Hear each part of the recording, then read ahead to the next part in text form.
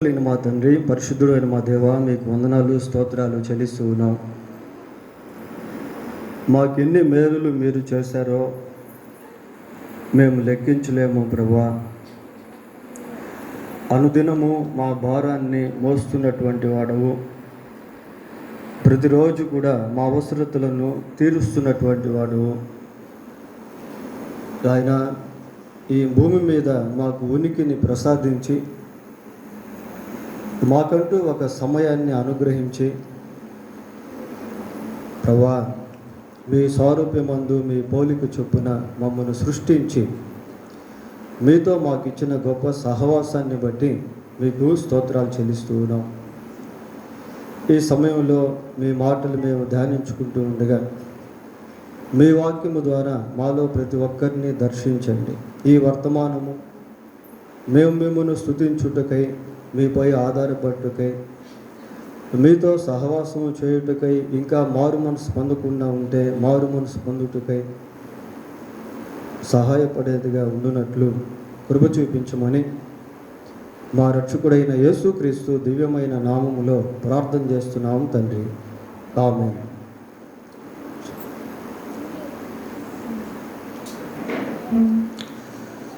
ప్రియులారా, బైబిల్ గ్రంథంలో ఉంది 23వ కీర్తన 6వ వచనాన్ని చదువుకుందాం.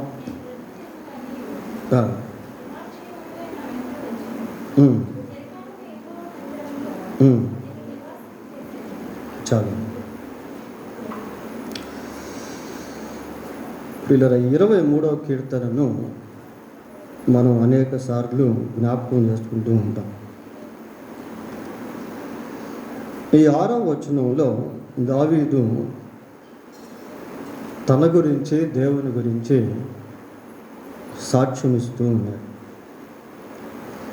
ఎవరైతే దేవునితో సహవాసాన్ని కలిగి ఉంటారో వారికి సాక్ష్యం అనేటువంటిది ఉంటుంది. 2 విషయాలు దావీదు ఇక్కడ జ్ఞాపకం చేస్తూ ఉన్నాయి. ఏమని చెప్తున్నాడు అంటే, నేను బ్రతుకు దినములన్నీ కృపాక్షేమములే నా వెంట వచ్చును. రెండవదిగా, చిరకాలము యెహోవా మందిరములో నేను నివాసము చేసేదను. ఈ 2 విషయాల్లో మొదటిది భౌతిక సంబంధమైనటువంటి జీవితానికి, రెండవది ఆత్మ సంబంధమైన జీవితానికి సంబంధించినవిగా మనం చెప్పుకోవచ్చు.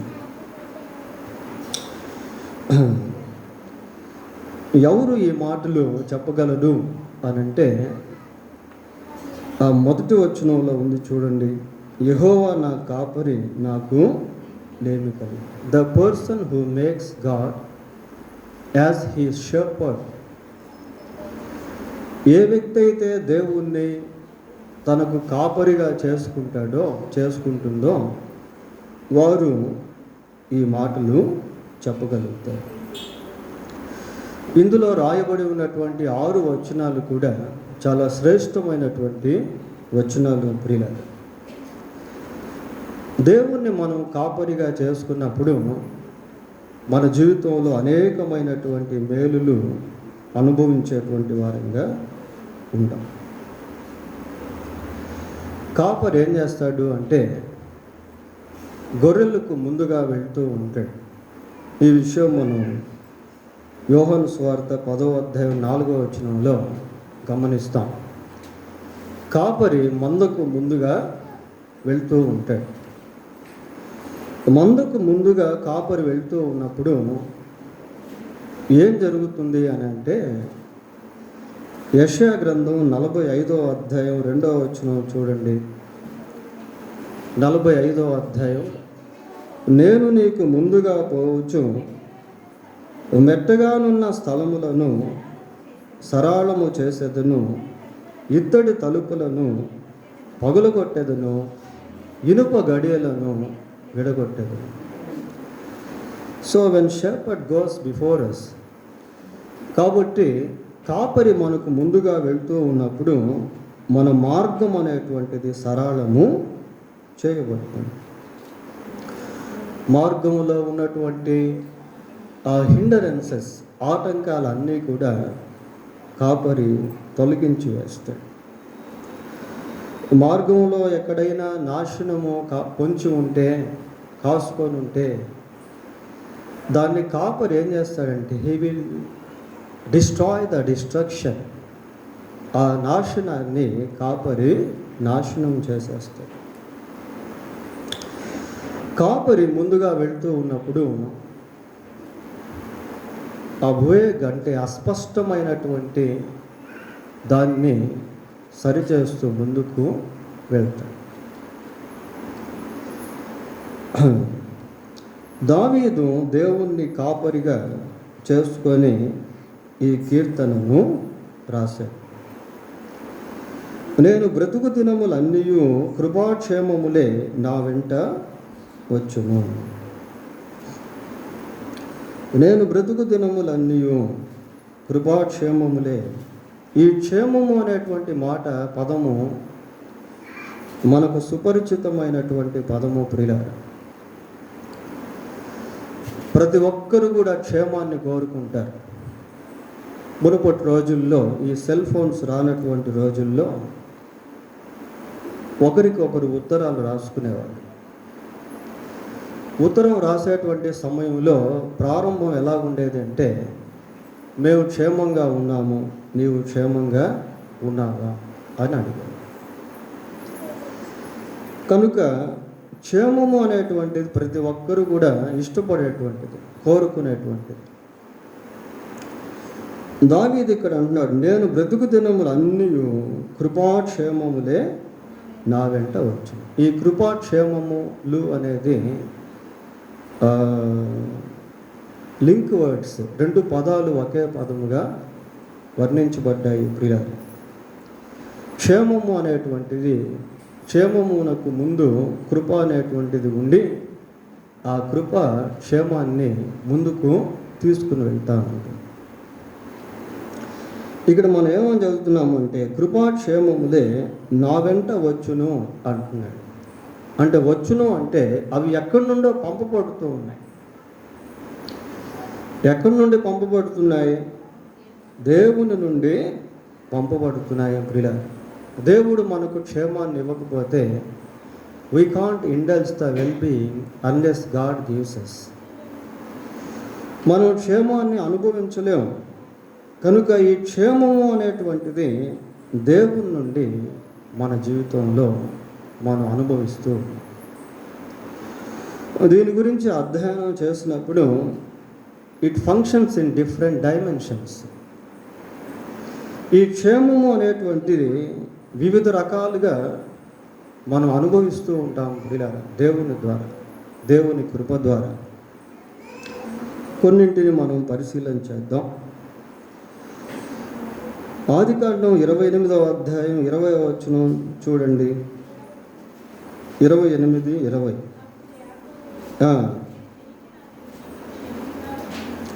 నేను తిరిగి నా తండ్రి ఇంటికి క్షేమముగా వచ్చినప్పుడు.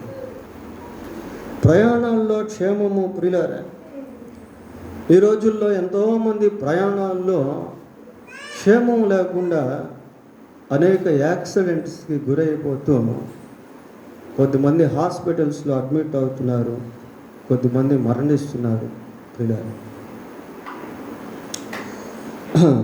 ప్రయాణాల్లో దేవుడిచ్చేటువంటి క్షేమము, ఆ క్షేమం వెనుక ఆయనకున్నటువంటి కృప మనం అనుభవిస్తూ ఉన్నాం. అదే ఆదికాండం 29వ అధ్యాయం 6వ వచనం చదువుదాం. అతడు క్షేమముగా ఉన్నాడా అని అడుగగా చాలు. పిల్లరా, క్షేమముగా ఉన్నాడా అంటే దీంట్లో ఆరోగ్యం గురించి జ్ఞాపకం చేసుకోవచ్చు. మనం సహజంగా ఇతరులతో మాట్లాడుతున్నప్పుడు బాగున్నారా అని అడుగుతాం. క్షేమంగా ఉన్నారా, ఆరోగ్యంగా ఉన్నారా? ప్రియులారా, దేవుడు మనకిచ్చేటువంటి ఆరోగ్యం, హెల్త్ ఈస్ వెల్త్ అని అంటారు ప్రియులారా. ఆరోగ్యమే మహాభాగ్యము. కొద్దిమందికి ధనం ఉంటుంది కానీ ఆరోగ్యం అనేటువంటిది ఉండదు. దేవుడు మనకిచ్చేటువంటి ఆరోగ్యం, the health that God gives us, ఇది కూడా క్షేమానికి ముంగుర్తుగా ఉంది ప్రియులారా. ఇంకా 40వ అధ్యాయము ఆదికాండం 14వ వచనం చూడండి. కాబట్టి నీకు క్షేమము కలిగినప్పుడు నన్ను జ్ఞాపకము చేసుకొని చాలు. యోసేపు పానదాయకునితో మాట్లాడుతా, నీకు క్షేమము కలిగినప్పుడు, అక్కడ సందర్భం ఏంటి అంటే actually he was in dangerous position that time. ఆ సమయంలో భక్ష్యకారుడు పానదాయకుడు ఇద్దరు కూడా ఒక విధమైన అపాయకరమైన పరిస్థితుల్లో ఉన్నారు. అయితే పానదాయకునికి అపాయం నుండి విడుదల అనేది కలిగింది, అవుట్ ఆఫ్ డేంజర్. ప్రియులారా, కొన్నిసార్లు మన జీవితంలో కూడా కొన్ని అపాయముల గుండా మనం ప్రయాణం చేస్తాం. అయితే దేవుడు ఎలాంటి వాడు అంటే అట్టి అపాయముల నుండి మనలను తప్పించేటువంటి వాడుగా ఉన్నాడు, కాపాడేటువంటి వాడుగా ఉన్నాడు, కాపాడేటువంటి వాడుగా ఉన్నాడు. ఇశ్రాయేలీయులను కాపాడువాడు కొనకడు నిద్రపో. 90వ కీర్తనలో కూడా మనం చూస్తాం, ఏ అపాయము నీకు సమీపించదు. ఈ 23వ కీర్తనలో కూడా దాన్ని మనం జ్ఞాపకం చేసుకుంటాము ప్రియులారా. 4వ వచనంలో, గాఢాంధకారపు లోయలో నేను సంచరించినను ఏ అపాయమునకు భయపడను, ఏ అపాయమునకు భయపడను. So God will deliver us out of danger. అపాయముల నుండి దేవుడు మనల్ని కాపాడేటువంటిది కూడా క్షేమానికి ముంగుర్తుగా ఉంది. కృపాక్షేమములే నా వెంట వచ్చును. ఎప్పటి వరకు అనంటే బ్రతుకు దినములన్నిటిను, నేను బ్రతుకు దినములన్నీ కృపాక్షేమములే నా వెంట వచ్చును. కనుక ఈ క్షేమము అనేటువంటిది వివిధ రకాలుగా అనుభవిస్తూ ఉంటాము ప్రియులారా. 43వ అధ్యాయం ఆదికాండం 27వ వచనం చూడండి. 43వ అధ్యాయం 27వ వచనం, అప్పుడు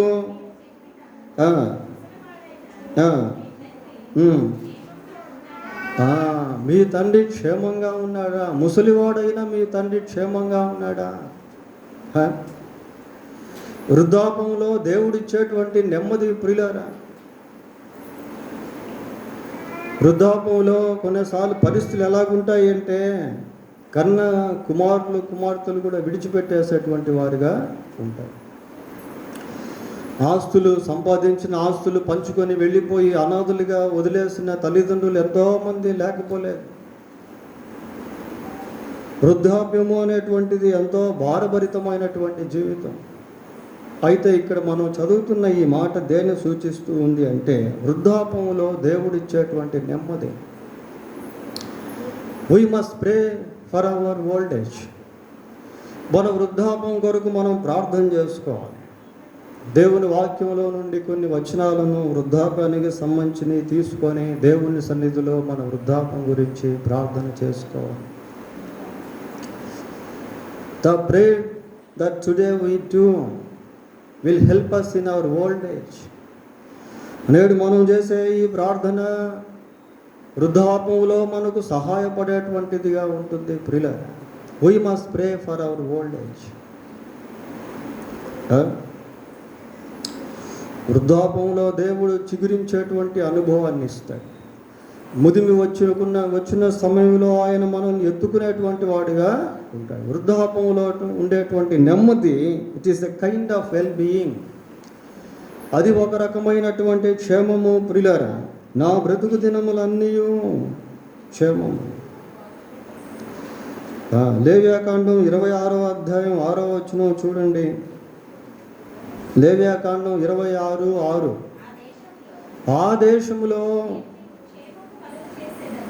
మీకు క్షేమము కలుగు చేసేదను. మీరు పండుకొనున్నప్పుడు ఎవడునూ మిమ్మును భయపెట్టడు. ఆ దేశములో దుష్ట మృగములు లేకుండా చేసేదను. ఖడ్గము రా. ఇక్కడ ఒక క్షేమకరమైన పదాన్ని మనం చూస్తున్నాం. యెరూషలేములో ఎన్నో జాబ్స్ ఉన్నాయి ప్రియులారా, కానీ మనుషులు వెళ్ళటం లేదు. కారణం ఏంటి అంటే ఆ దేశంలో క్షేమం అనేటువంటిది ఉండట్లేదు. ఎప్పుడు ఆ పాలస్తీనా మీదకి బాంబులు వర్షం కురిపిస్తారో, ఏ హమాస్ వాళ్ళు బాంబులు వేస్తారో, there is no peace in many countries. అనేక దేశాల్లో సమాధానం అనేది లేదు. ఇక్కడ మనం చదువుతున్నటువంటిది ఇది ఎలాగుంది అంటే దుష్ట మృగముల నుండి కాపాడేటువంటి స్థితి, శత్రు బలము నుండి కాపాడేటువంటి స్థితి. ప్రియులారా, ఇది కూడా ఒక రకమైనటువంటి క్షేమం. ఇది కూడా ఒక రకమైనటువంటి క్షేమం. శత్రువుని మీద దాడి చేయకుండా, దుష్ట మృగాలని మీద దాడి చేయకుండా, విషపురుగులు నిన్ను కాటు వేయకుండా దేవుడు కాపాడేటువంటి విధానం,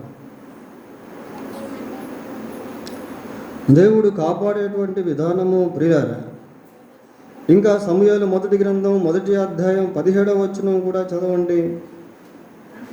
అంతటా ఏలి నీవు క్షేమముగా వెళ్ళుము. ఇక్కడ సందర్భం ఏంటి అంటే హన్నా అప్పుడు దేవుని సన్నిధిలో ఎంతో కన్నీరు కార్చి ప్రార్థన చేసి మొరపెట్టి, ప్రార్థనకు జవాబు అనేటువంటిది కూడా ఒక క్షేమము ప్రియులారా.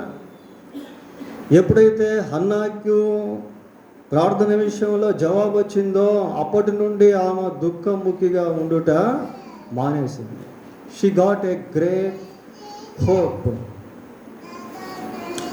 ఒక గొప్ప నిరీక్షణ సంపాదించుకుంది ప్రియులారా, ఒక గొప్ప నిరీక్షణ సంపాదించుకుంది. ప్రార్థనలో నీకు దేవుడు జవాబిస్తున్నాడు అంటే అది కూడా ఒక రకమైనటువంటి క్షేమము. నీలో ఉన్నటువంటి వేదన తీసివేసి నీకు ఒక నిరీక్షణ దేవుడు కలుగు చేయుటయే ఒక క్షేమము. కొద్దిమంది మానసికమైన రుగ్మతలతో పీడించబడి వేధించబడి ఎంతో క్షోభకు గురైపోతూ ఉంటారు. But if you have a answer for your prayer you will be peaceful. నీ ప్రార్థనకి ఎప్పుడైతే జవాబు వస్తుందో నీవెంతో క్షేమాన్ని, సమాధానాన్ని అనుభవించేటువంటి వ్యక్తివిగా. కనుక ఈ క్షేమము, కృపాక్షేమములు అనేటువంటివి వివిధ రకాలుగా మన జీవితంలో దేవుడు మనల్ని అనుభవింప చేస్తాడు పిల్లలు. యోబు గ్రంథం 5వ అధ్యాయము, యోబు గ్రంథం 5వ అధ్యాయము 11వ వచనం చదువుదాం.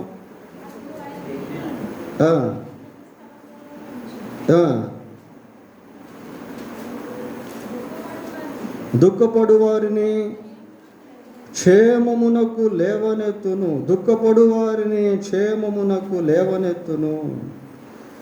దుఃఖపడు వారికి క్షేమము అంటే దుఃఖించేటువంటి వారికి దేవుడిచ్చే ఓదార్పు ప్రియులారా, దేవుడిచ్చేటువంటి ఆదరణ. దుఃఖంలో నీకు దేవుని యొక్క ఆదరణ కావాలి. దుఃఖంలో దేవుని యొక్క ఓదార్పు అనేటువంటిది నీకు కావాలి.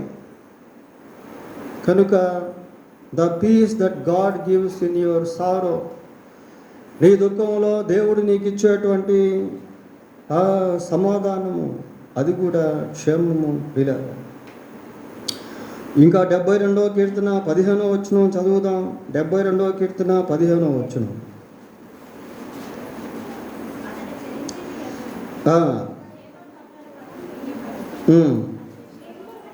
అతని క్షేమమునకై జనులు నిత్యము ప్రార్థన చేయుదురు. నీ క్షేమము కొరకు ప్రార్థన చేసేటువంటి జనము ప్రియులారా, it is indication of spiritual fellowship or church. నీ క్షేమము కొరకు ప్రార్థన చేసేటువంటి ఒక సంఘము దేవుడు ఏర్పాటు చేశాడు. నీ క్షేమం కొరకు అనేకులు ప్రార్థన చేస్తే అది దాని వెనక దేవుని యొక్క కృప నీకు ఉంది అని అర్థము. ప్రియులారా, ప్రార్థన బలము, the prayer of strength, the prayer of power.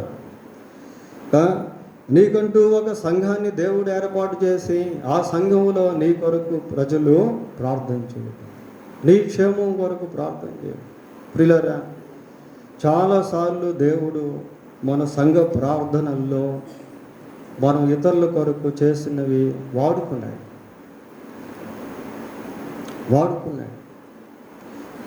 ఇవన్నీ దేవుని యొక్క ఏర్పాట్లు.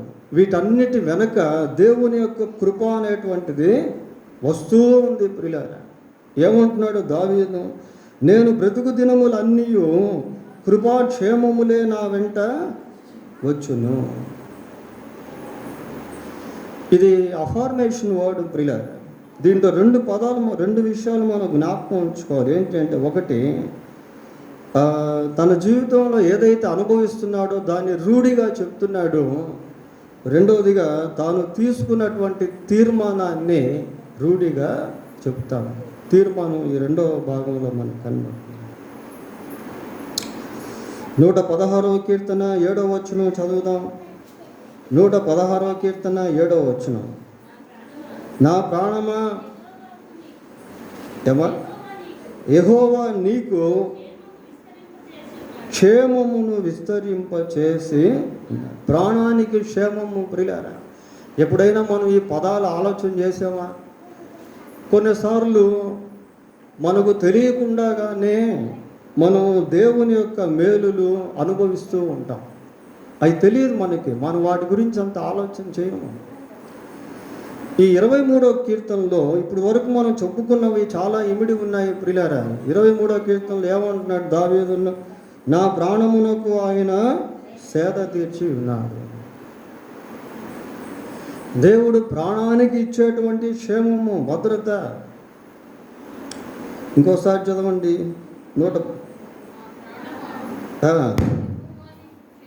యెహోవా నీకు క్షేమమును విస్తరింప చేసి. క్షేమాన్ని విస్తరింపజేశాడట ప్రియులారా. కాబట్టి ప్రాణము అంటే మానసిక సంబంధమైనటువంటి వాటిని కూడా జ్ఞాపకం చేస్తుంది.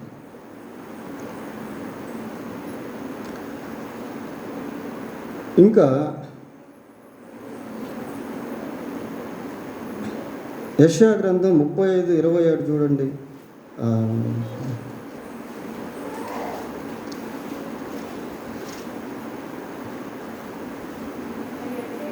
లేదమ్మా,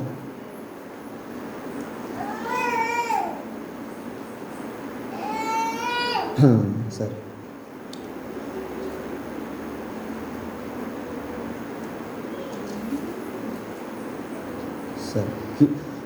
దేవుడు తన సేవకులకు కూడా క్షేమాన్ని అనుగ్రహించేవాడు అనే కీర్తనలో కావాలి ఒక మాట ఉంటుంది. ప్రియులారా, తన సేవకుని క్షేమమును చూచి ఆనందించు యెహోవా అనే కీర్తనల్లో ఉంటుంది.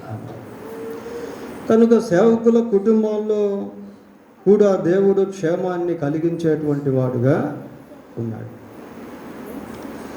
దావీదు యొక్క అనుభవంలో నుండి ఇలాంటివి మనం జ్ఞాపకం చేసుకుని, నేను బ్రతుకు దినములన్నీ కృపాక్షేమములే నా వెంట వచ్చును, చిరకాలము యెహోవా మందిరములో నేను నివాసము చేస్తాను. ఇక్కడ సెకండ్ పార్ట్ మనం చదువుతాము. చిరకాలము యెహోవా మందిరములో నేను నివాసము చేసేదను. ఈ పై భాగంలో దినములను గురించి చెప్పాడు, కింద భాగంలో కాలమును గురించి చెప్తా ఉన్నాడు. పై భాగంలో దినములను గురించి మాట్లాడుతున్నాడు. నేను బ్రతుకు దినములన్నీ అంటే భూమి మీద బ్రతికేటువంటి దినాలు ఇవి. ఈ చిరకాలం అనేటువంటిది దేన్ని జ్ఞాపకం చేస్తుంది అంటే ఇది నిత్యత్వాన్ని జ్ఞాపకం చేసేటువంటిదిగా ఉంది ప్రియులారా. చిరకాలము అంటే ఎప్పుడూ ఉండేటువంటి కాలం, సదాకాలము అని అంటే ఇంకొక పర్యాయపదం. నిత్యత్వానికి సంబంధించిన పదం ప్రియులారా ఇది. చిరకాలము యెహోవా మందిరములో నేను నివాసము చేసేదను. నేను నివాసము చేసేది. ఇది నిత్యత్వానికి సంబంధించింది. ఒక వ్యక్తి ఎప్పుడైతే మారు మనసు పొందుతాడో అప్పటి నుండి దేవునితో ఆ వ్యక్తికి సహవాసం అనేటువంటిది ఏర్పడుతుంది ప్రియులారా. ఈ సహవాసం ఎలాంటిది అని అంటే, మారు మనసు పొందిన మరుక్షణము నుండి నిత్యత్వం వరకు ఉండేటువంటి సహవాసం అది. దానికి ముగింపు అనేటువంటిది లేదు. మారు మనసులో రెండవ జన్మ అనుభవం అనేది ఉంటుంది. విశ్వాస జీవితంలో 2 జన్మదినాలు అనేటువంటివి దాగి ఉన్నాయి ప్రియులారా. ఒకటి భౌతిక సంబంధమైన జన్మదినము, రెండవది ఆత్మ సంబంధమైన జన్మదినం. తిరిగి జన్మించినటువంటి అనుభవం, నూతనముగా జన్మించినటువంటి అనుభవం, పునర్జన్మకు సంబంధించిన అనుభవము. ఎప్పుడైతే మనం మారు మనసు పొందుతామో అప్పటి నుండి దేవునితో మనకు సహవాసం అనేటువంటిది ఏర్పడుతుంది. ఏర్పడినటువంటి సహవాసము చిరకాలము ఉంటుంది ప్రియులారా. It will be for ever and ever, for ages and ages.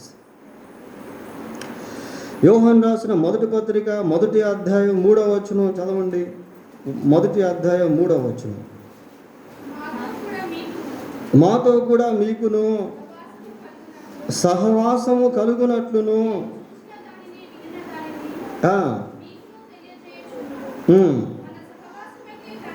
మన సహవాసం అయితే తండ్రితో కూడాను ఆయన కుమారుడైన యేసుక్రీస్తుతో కూడాను ఉన్నది. ప్రియులారా, ఈ సహవాసం చాలా శ్రేష్టమైనది. మారు మనసు పొందిన ప్రతి వ్యక్తి దేవుని యొక్క సహవాసాన్ని అనుభవించేటువంటి వారుగా ఉంటారు. ఆయన సహవాసంలో ఎంత సంతోషమో, ఎంత ఆనందమో, we can't imagine, we can't describe it. దావీదు అంటున్నాడు, చిరకాలము యెహోవా మందిరములో నేను నివాసము చేసి. ఈ భౌతిక జీవితంలో కూడా దేవుని యొక్క సన్నిధిని కలిగి ఉండటము ప్రియులారా. బైబిల్లో ఒక ఆమె ఉంది, ఆమె పేరు అన్నా. చూడండి, లూకాసు వార్త 2వ అధ్యాయం 37వ వచనం చదువుదాం. 2:37.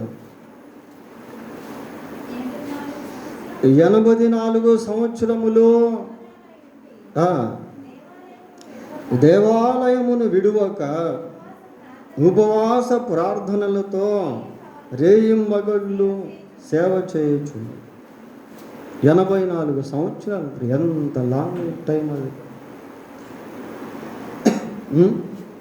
84 సంవత్సరాలు దేవాలయాన్ని విడిచిపెట్టలేదు. చిరకాలపు ఆత్మీయ జీవిత అనుభవము ప్రియులారా.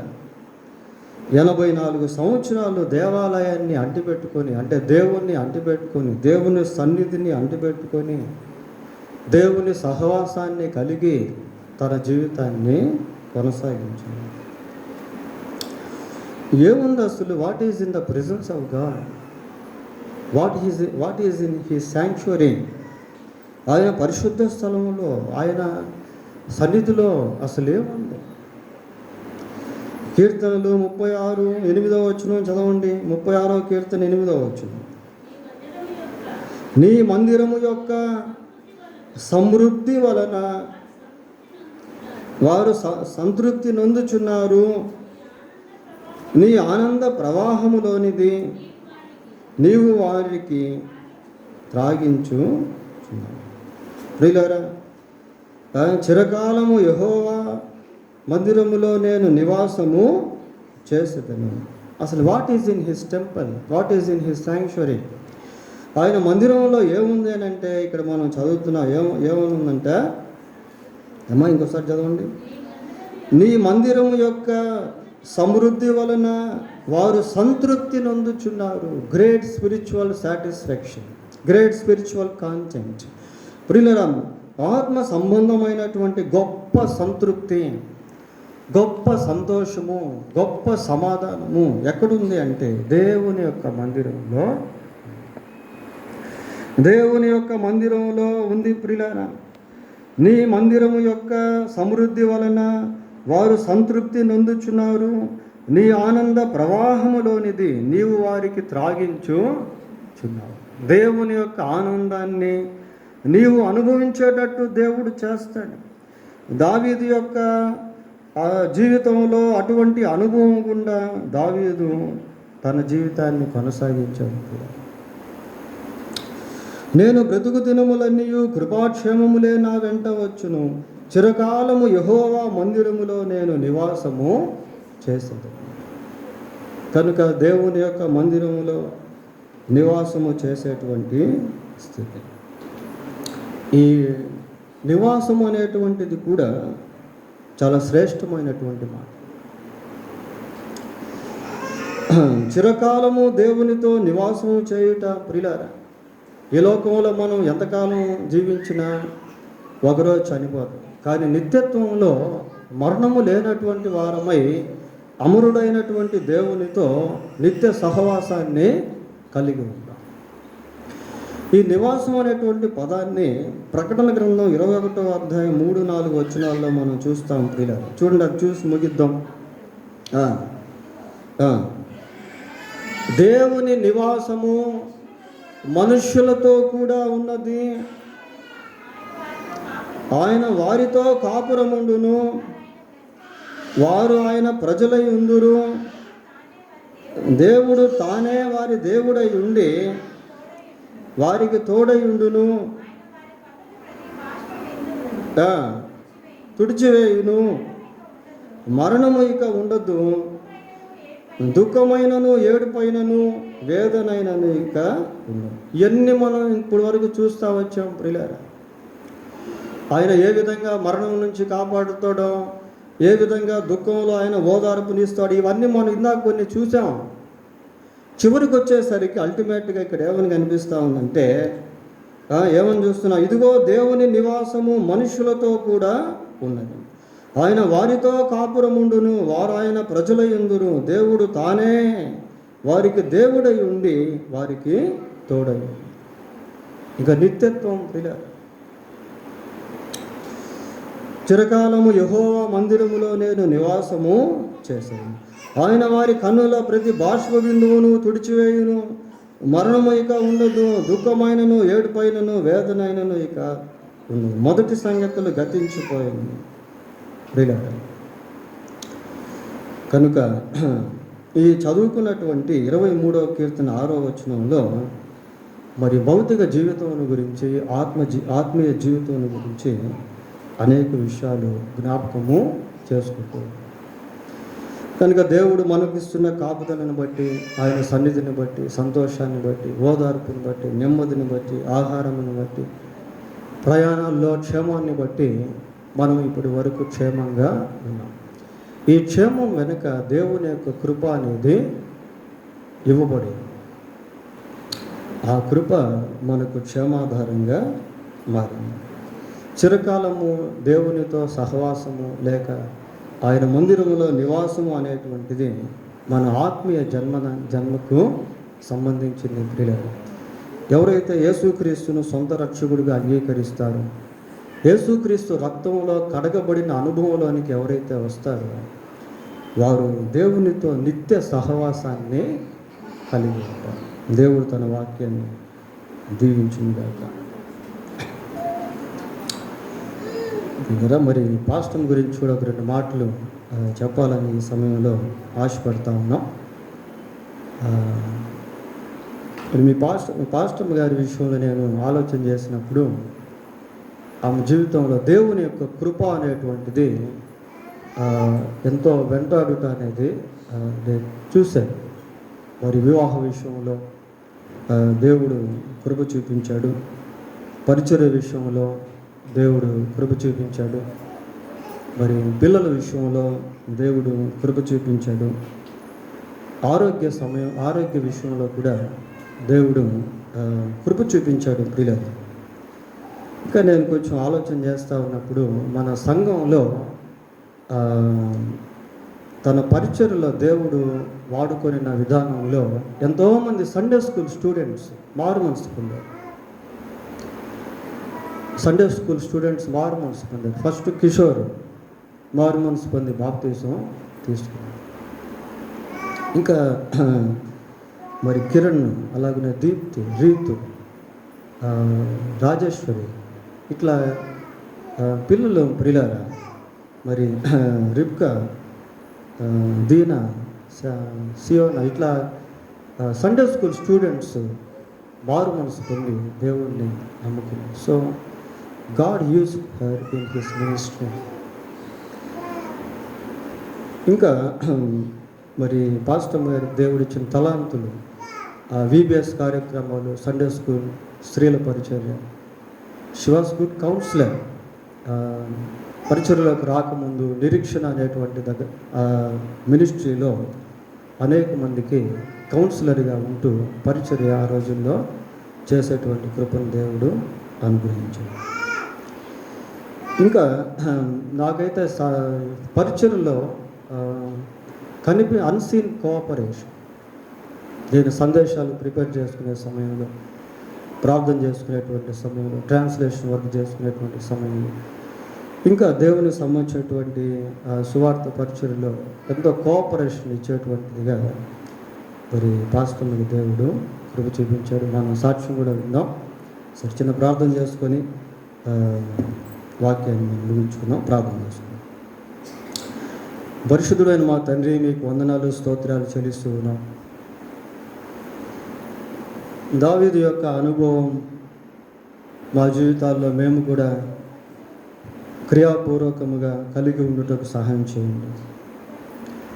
మిమ్మల్ని కాపరిగా చేసుకొని మీరు మాకు ముందుగా వెళ్ళుచు మెట్టగా ఉన్న స్థలములను